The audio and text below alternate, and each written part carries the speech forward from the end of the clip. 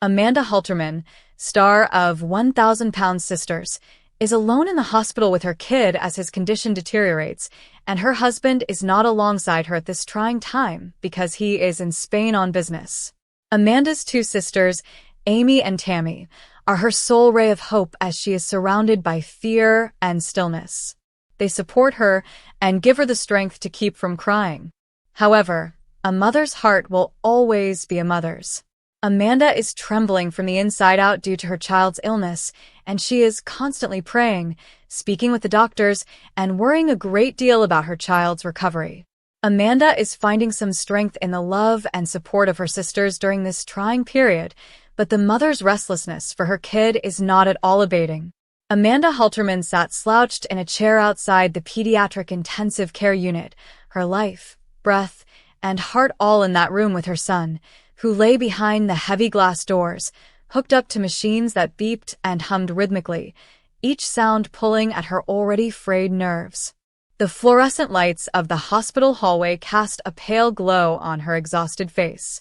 Even though his absence was justified by business obligations, Amanda's husband was thousands of miles away in Spain, holding her hand.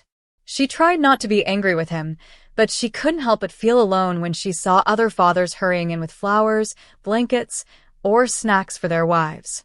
Amanda wasn't really alone, though, because her two sisters, Amy and Tammy, had hurried to her side as soon as they learned of the situation.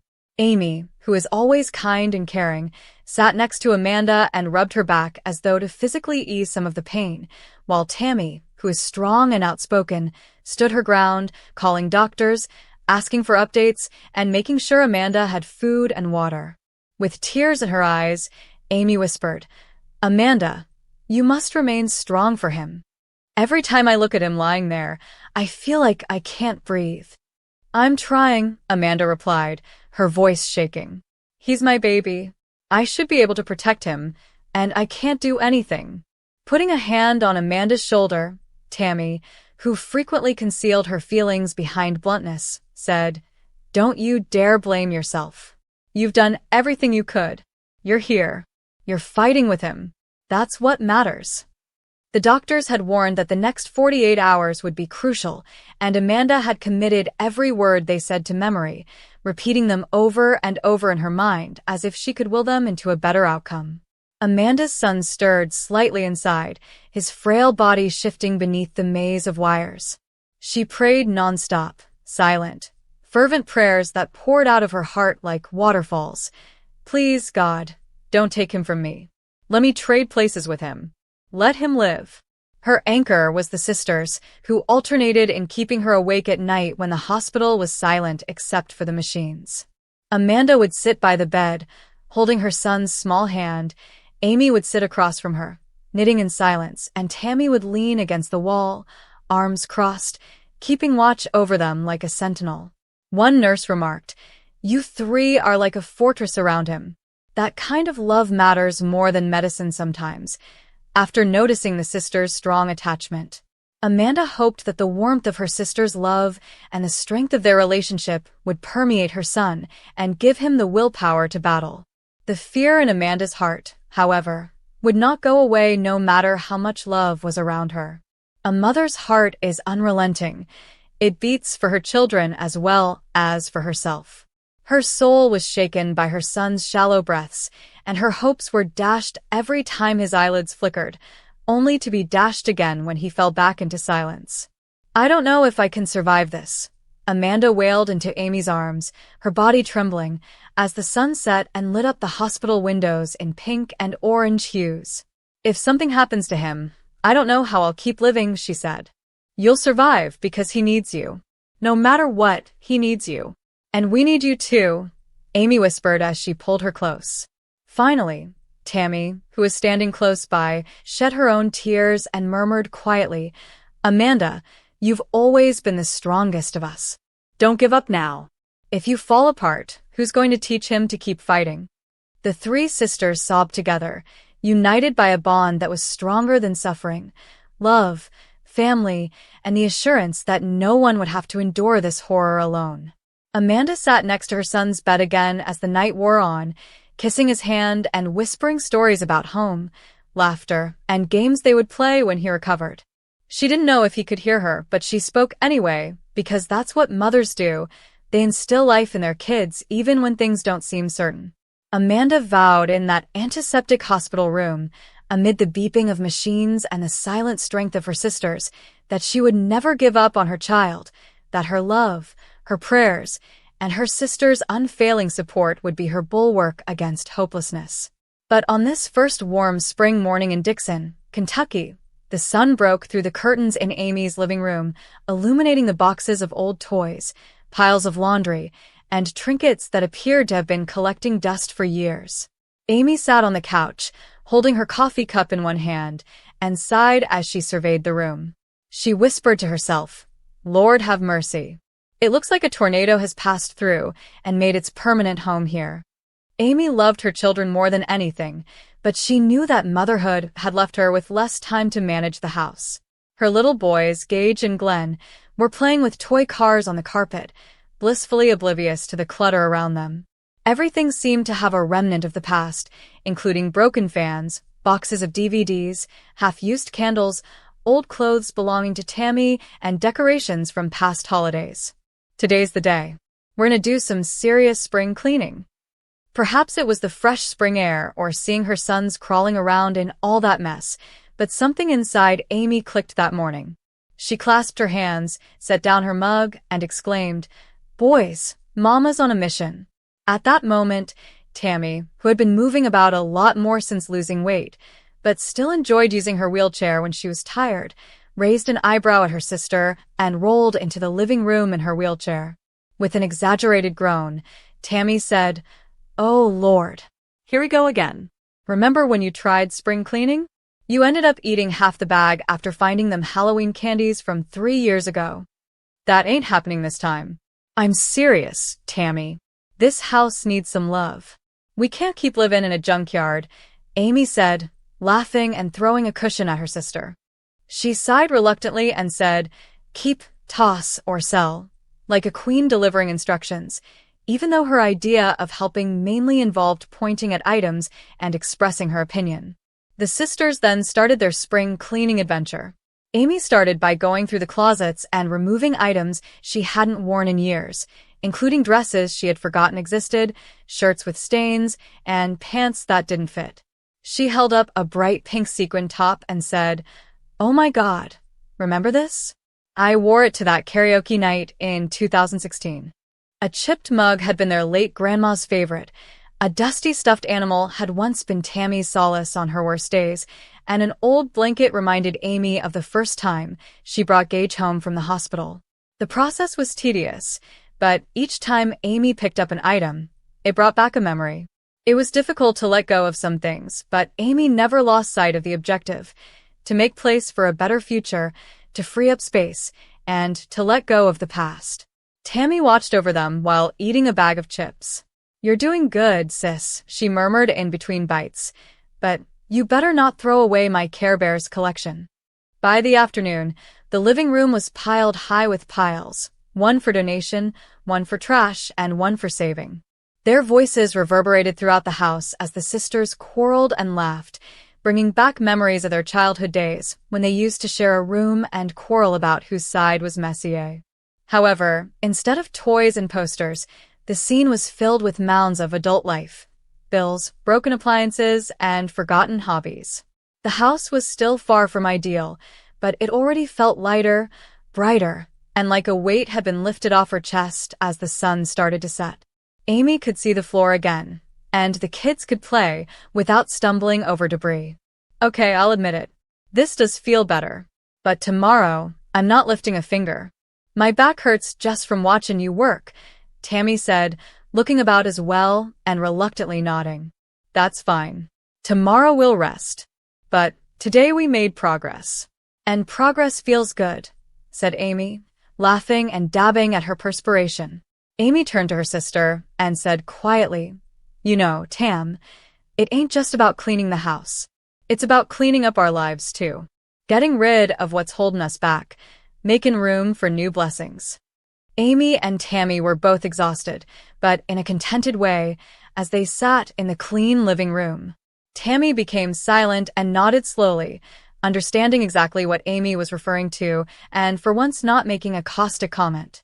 With the fresh emptiness of their freshly cleaned homes surrounding them, the two sisters sat in silence, thankful for the opportunity to start over, one spring cleaning at a time, and hopeful for the future.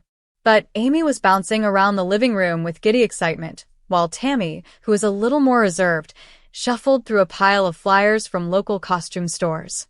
It was a crisp October morning in their hometown, with the air filled with the subtle scent of pumpkin spice and fallen leaves crunching underfoot as the sisters got ready for one of their favorite annual traditions, Halloween.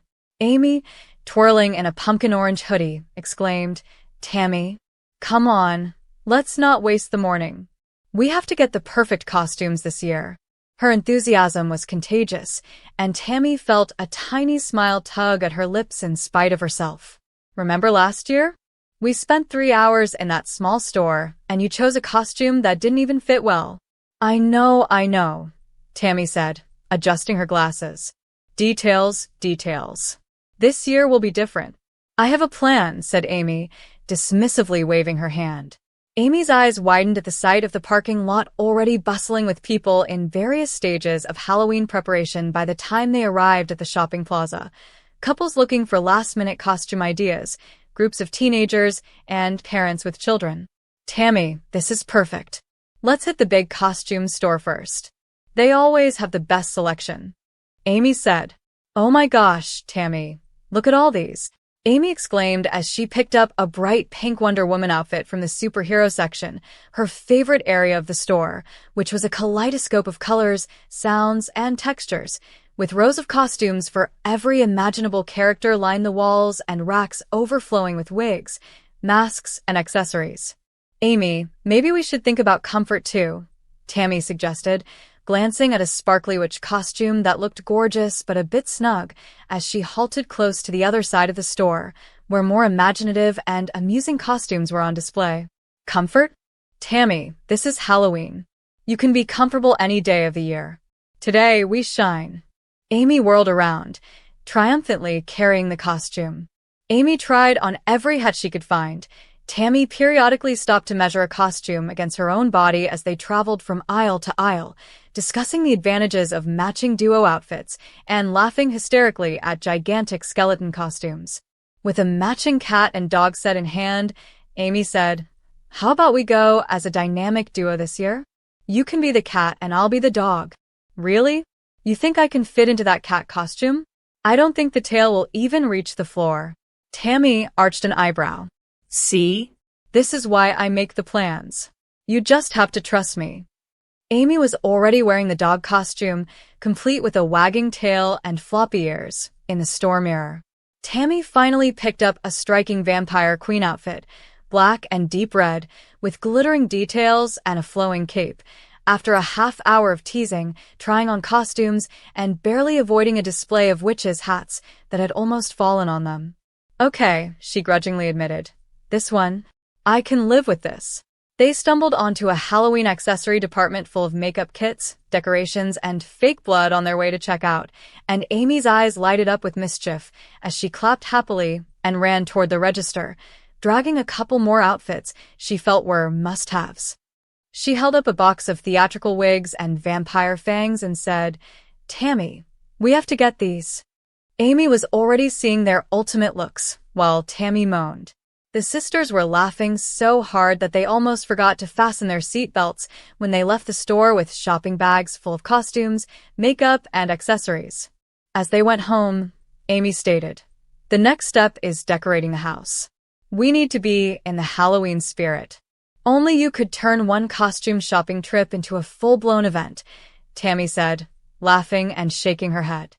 "But I have to admit, it was kind of fun." "Fun? Tammy, it was fantastic. And wait until we try these on at home. You're going to look fierce." Amy smiled. Back at their house that night, the sisters spent hours changing into their best selves. Amy finished off her dog costume with a glittery collar, while Tammy's vampire queen costume flowed flawlessly. They put on makeup, arranged wigs, and rehearsed their poses in front of the mirror while laughing at how ridiculous they looked. Amy and Tammy were ready by the time the sun went down and the neighborhood lights came on. Their costumes were flawless, their props were thoughtfully positioned, and their enthusiasm was contagious. Kids stopped by the house to admire their inventiveness, neighbors gave them praise, and even some teenagers asked to take selfies. Okay, I'll give it to you, Amy. You were right. This was worth all the chaos, Tammy finally said as they stood together, Amy in her silly dog costume and Tammy as a powerful vampire queen. See? I told you that Halloween isn't just about candy. It's about creating memories, being goofy, and having fun together, and no one does it better than us, Amy said with a giggle as she wrapped her arm around Tammy. For Amy and Tammy, Halloween was more than just a holiday. It was a celebration of their unshakable friendship, joy, and a little bit of chaos. As the night came to an end, the sisters were sipping hot chocolate, laughing until their sides hurt, and planned their costume adventure for the following year. Finally, exhausted but content, they sank into their comfortable living room, and Tammy muttered, "Maybe we start even earlier next year." But today was special. They had made the decision to spend the entire day celebrating the small pleasures of life, capturing their favorite moments to create a scrapbook of memories, something they could look back on when times got tough. The morning sun peeked through the curtains of Amy's cozy bedroom, casting a golden glow over the small collection of stuffed animals on her shelf. Tammy was already up, humming an upbeat tune as she moved around the room, gathering snacks and setting up the camera for the day's adventure. "Tammy, you're too happy this early. What's got into you?"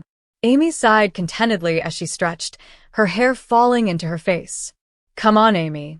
Today is all about us. About everything we've done, everything we've laughed at, everything we've survived together. Remember last year, when we tried to make homemade ice cream and ended up with melted chaos everywhere?" Tammy smiled, her eyes gleaming with enthusiasm. Oh, yes. Mom was not happy. But I have to admit, it was kind of fun in a disaster movie sort of way, Amy said, laughing warmly at the memories. The sisters packed their bags and left, deciding that the old amusement park near their town would be their first destination. The rides had been a favorite since they were kids, and even though it had been years since they had been there, the rush of nostalgia made their hearts race. The smell of popcorn and cotton candy welcomed them as they entered, mingling with the sounds of carnival music and children laughing. "I can see everything from here," Amy remarked, gesturing toward the far-off hills, "and I can see us, still sticking together no matter what." They rode the Ferris wheel together for the first time, and they sat side by side, gazing down at the expansive park with a sense of freedom they hadn't experienced in a long time. Exactly. No matter how many diets we start, how many setbacks we face, or how many doctor's appointments we have, we'll always have each other, Tammy said, reaching across and squeezing her hand. They both knew the photo would be a treasured memento of fun and sisterhood in their scrapbook, and they snapped a selfie as the Ferris wheel peaked, their smiles captured against the beautiful sky. They then strolled over to the bumper cars, where the commotion of squealing tires and spinning metal made them laugh until their stomachs ached. Amy bumped into Tammy twice, sending her spinning in a circle, and they both fell apart in fits of laughter, while onlookers looked on, delighted by the contagious happiness emanating from the two sisters. Following hours of rides, they sat on a peaceful bench and shared cotton candy while reminiscing about their childhood adventures, including the time they painted the dog, the time Amy dyed her hair pink by accident, and the time Tammy tried to skateboard and ended up in the pond. Each story was a source of amusement and a reassuring reminder of their progress. By the afternoon, they had made the decision to partake in one of their favorite guilty pleasures, swimming at the community pool. After stripping down to their swimsuits, they dove in, the cool relief of the water enveloping them. Amy practiced her elegant dolphin kicks, and Tammy encouraged her by clapping her hands and laughing each time Amy performed a playful flip. As she floated on her back and gazed up into the sky, Tammy remarked, "This is what it's all about. Feeling alive, feeling free." "Yeah, and not worrying about what people think. Just us," Amy said, nodding and letting the water bear her weight for a while. With their phones and boundless energy, they wandered the streets, taking pictures and laughing at ridiculous poses. One photo showed Amy mid-jump, her hair flying in all directions, while another showed Tammy feigning to balance on a lamppost like a tightrope walker. After swimming, they sat by the pool, sharing smoothies and making plans for their next adventure. Tammy proposed a photo challenge. They were to take pictures of their favorite city sights, from hidden cafes to street murals.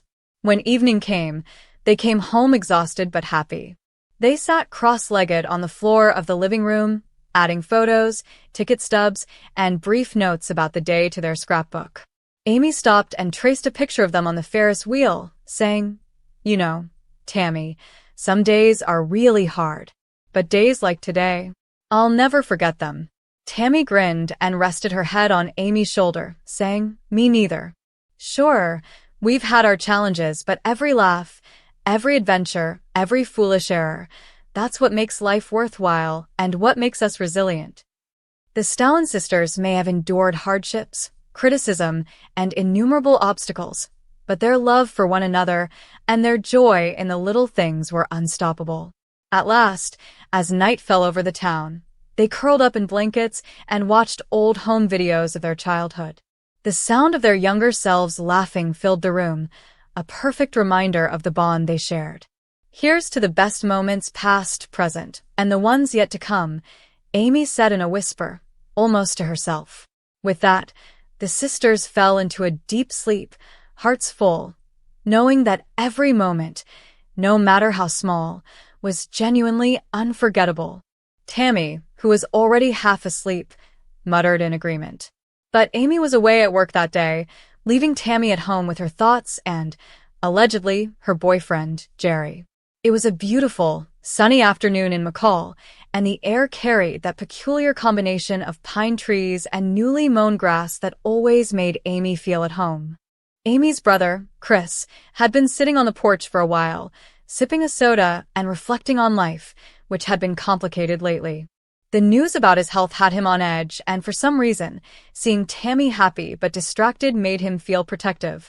Jerry had been around for a few months, and Chris had been suspicious from the beginning.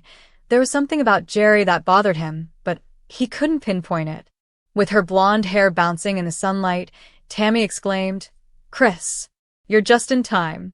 Jerry's inside making lunch," as she bounded out of the house with her contagious exuberance. Instead of grinning, Chris put down his drink and walked slowly to the door, feeling the tension in the room grow as he entered. Jerry, a tall, lanky man who was often grinning, looked up from the stove. With her hands on her hips, Tammy emerged at the doorway and said, "Chris, what's going on?" in a worried and irritated tone. "I'm giving you a chance to be honest. Are you here because you genuinely care about Tammy, or is this some game?" Chris asked, turning briefly to her before turning back to Jerry. I care about her, okay?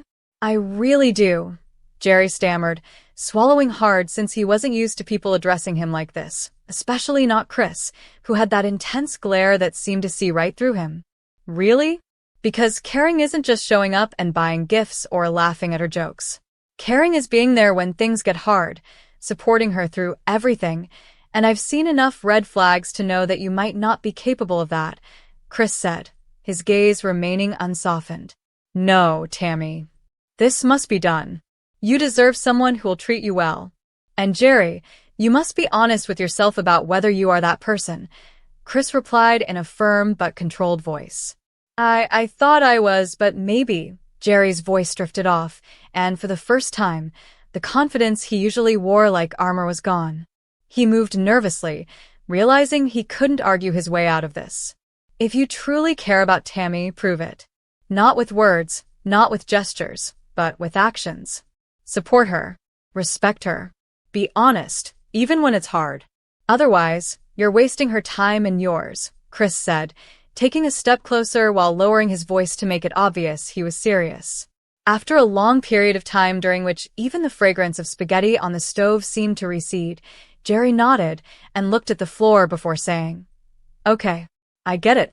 I'll try." Tammy sighed with relief, but Chris wasn't finished yet. He gave Jerry one last glance and said in a fair but icy tone, "I'll be watching, Jerry. Don't let me down. Trying isn't enough. You have to be better than that." Chris knew this confrontation was just the beginning, but for the time being, Tammy had a chance to have someone who genuinely cared about her, and that was enough. He couldn't help but feel a mixture of relief and lingering worry as he made his way back to the porch. Perhaps, just perhaps, things could turn out, but Chris would always be there, watching, protecting, and making sure the people he loved were safe, even if it meant confronting unpleasant realities head-on. And as the sunlight streamed through the windows, hitting the spaghetti-scented kitchen, he felt a strange sense of hope. But it was Tammy's first real date with her boyfriend, Josh, and she had spent many hours staring at the mirror, brushing her long hair, and wondering how tonight would go. They had been chatting online, sending memes, and laughing at each other's jokes for weeks, but this was different. This was the first time they would meet in person without the protection of a screen between them. In her heart, Tammy felt a nervous excitement that made her heart race like fireworks. Before leaving, her sister Amy had embraced her and said, "You got this, Tammy. Just be yourself. And remember, he likes you, not some perfect version of you." Tammy smiled, despite her stomach churning. Amy had always been her rock, and today, her words seemed like a lifeline. Josh was waiting for Tammy when she got to the small cafe where they had decided to meet, and he stood there as she did, smiling shyly and waving a little. "Hey, Tammy," he began in a gentle yet kind voice. Josh's presence was comforting, but the words she had practiced in her head all week felt heavier than the coffee in her cup. They ordered coffee and found a corner table, the quiet hum of background chatter making the moment feel cozy. For a while, they talked about everything and nothing, the weather, favorite movies, even the awful dance moves they both tried as kids. Tammy laughed more freely than she had in weeks. Tammy had known for months that she was pansexual and that she was attracted to people, souls, and connections rather than genders, but this time it was different. This was real, and she had to tell him, the person she was attempting to connect with tonight, instead of just telling herself. "Josh, there's something I want to tell you," she said, her hand shaking a little as she stirred her coffee, her voice nearly drowned out by the cafe's quiet jazz music. The words were both frightening and freeing as they came out of Tammy's mouth. I'm pansexual," she said, taking a long breath and releasing it gradually. "It means I don't really see gender the way most people do. I like someone for who they are, not if they're a boy or a girl." There was a pause, and Tammy's pulse pounded so loudly that she was positive everyone in the cafe could hear it. Josh blinked as he took in what she had said, and for a second, she thought she had messed up, that she had ruined the evening and the chance for something lovely. "Thank you for telling me," Josh replied quietly, "but honestly, I don't know much about pansexuality, but I like that you trust me enough to share that with me. And honestly, it doesn't change how I feel about you." Josh then smiled, a deep, sincere smile that caused Tammy's chest to relax a little. "I like you, Tammy. All of you. And I'm excited to learn more about who you are, everything that makes you you," Josh added, reaching across the table to grab her hand. They sat in the cafe for hours discussing identities, experiences, dreams, and fears, and Tammy found herself opening up in ways she had never done before. Josh listened, not just with his ears, but with his heart. Tammy felt a wave of warmth that was more than just relief. It was joy, hope, and a sense of belonging that she hadn't realized she'd been craving. The world felt intimate and calm, as if it existed only for the two of them, and as the night grew later and the cafe was empty, they made the decision to go for a walk in the nearby park, where the moon shone low in the sky and illuminated the route. As they strolled alongside one another, Josh remarked, "You know, I respect you for being true to yourself. It takes guts to put yourself out there like that. It wasn't easy, but I guess I just didn't want to hide anymore. I wanted you to know all of me from the start," Tammy said with a bashful smile while holding his hand. They came to a tiny bench with a view of the lake, and Tammy took a seat first, followed by Josh, whose shoulders touched softly Tammy's. They chatted a bit longer, then drifted into a relaxed silence while they watched the moon's reflection ripple across the water. Tammy discovered that love was about more than simply desire. It was about connection, understanding, and honesty. The night had been a first for her in many ways, including her first actual date, her first time sharing a very intimate truth, and her first time feeling fully welcomed and seen. With his eyes gleaming in the moonlight, Josh turned to face her and said, "Tammy, I'm so happy we met. I feel like this is the beginning of something special." "Me too, Josh. Me too." Tammy's heart grew as she rested her head on his shoulder, feeling protected and loved in a way she had never known. She had been bold enough to be herself, and it had brought her closer to someone who really mattered, and Tammy knew she had made the correct decision in that silent moment, under the silver glimmer of the moon. As they walked back hand in hand, Tammy felt lighter than she had in years, and she came to the realization that sometimes speaking your truth is the bravest thing you can do, and that truth can lead to the most beautiful beginnings. The night wasn't just a date, it was the start of a journey where Tammy could fully embrace her identity, love freely, and be loved for exactly who she is. Welcome to my channel, lovely viewers. My name is Mina. I hope you're having a great day. Please remember to subscribe to the channel if you enjoy the video.